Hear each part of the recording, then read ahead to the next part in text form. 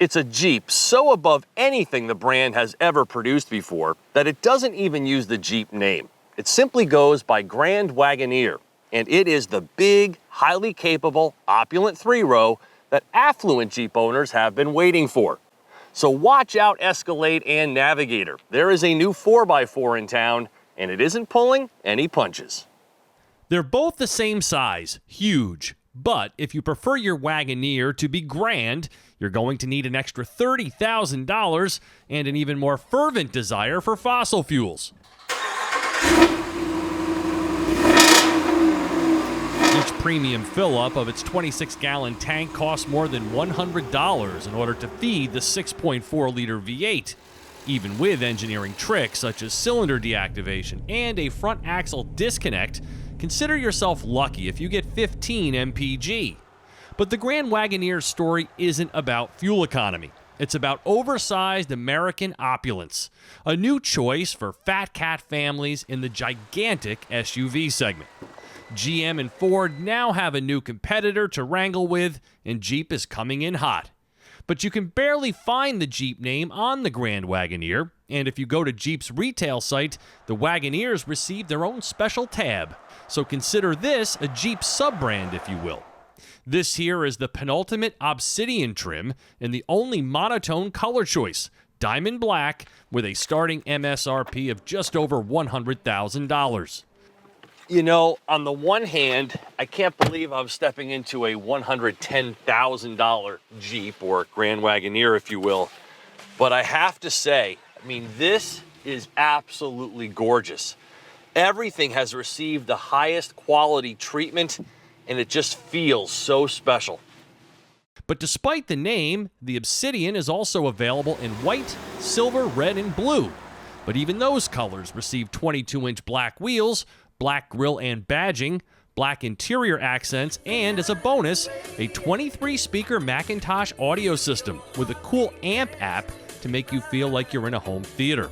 The sticker price of this one is $109,025, with the optional rear seat entertainment group, heavy-duty trailer tow package, and convenience group.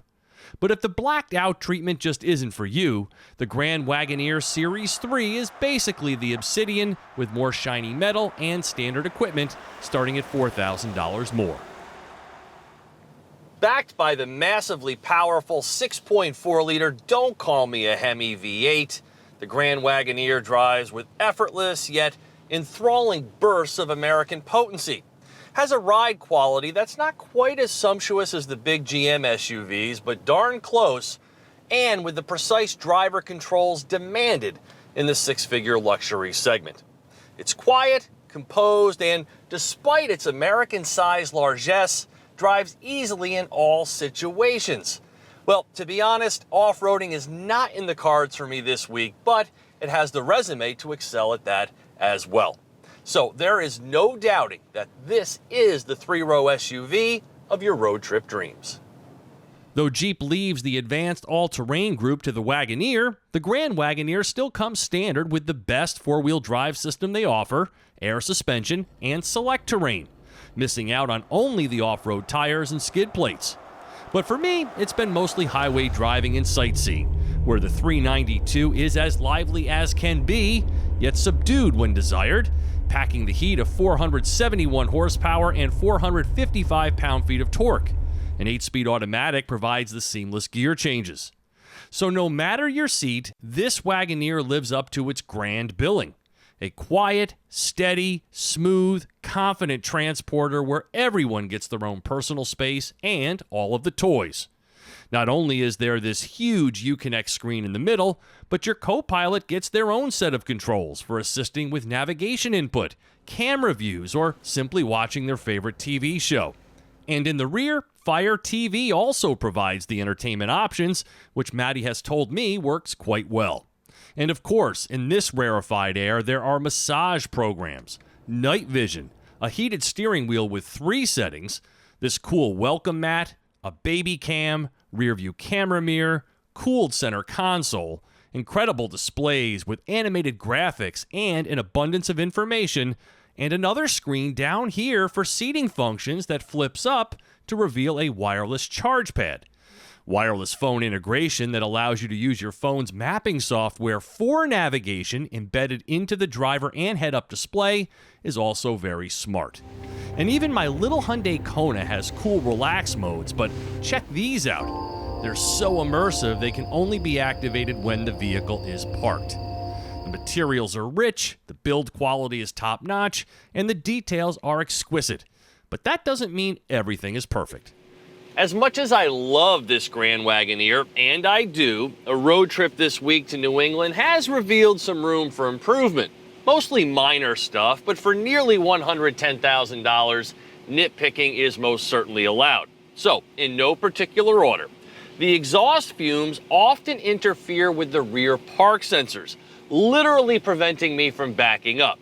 The head-up display is small, dim, and underwhelming.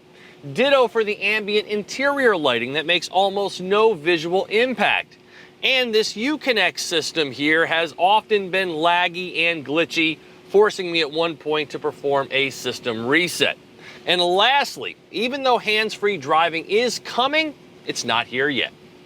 Chalk one up for Cadillac, who has been offering Super Cruise for 5 years already. I also hate that the surround view camera button only exists on the screen, where it can take some time to activate, and parking this thing is rarely an easy maneuver. The windshield also has a wavy effect if you catch it the wrong way, which can be a little nauseating. But as for people space, you're not going to beat the Grand Wagoneer.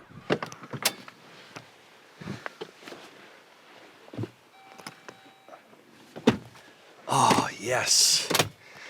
All hail the king of the third rows. This is hands down the most spacious way-back seating there is, made even more accommodating by these really large rear windows and power reclining seats. All Grand Wagoneers seat 7, not 8 like the Wagoneer, but every placeholder is a spacious one. Adults in the third row? No problem. All the seats articulate in multiple ways to provide maximum comfort and super easy access, as well as simple cargo configurations. Everyone also gets their own glass roof. There are no switches that lower the rear end for easier loading, but in addition to the power folding seats, there is an underfloor cubby that can also hold the roof rack crossbars. Now, recent spy shots of an even longer Grand Wagoneer make me wonder, how much space does one family really need? Towing is maxed at 9,850 pounds. Now, I'm not sure its outside appearance says $100,000, but everything else about it resonates as six-figure material in what will undoubtedly be a profit margin success for the ages. For TestDriveNow.com, I'm Steve Hammis.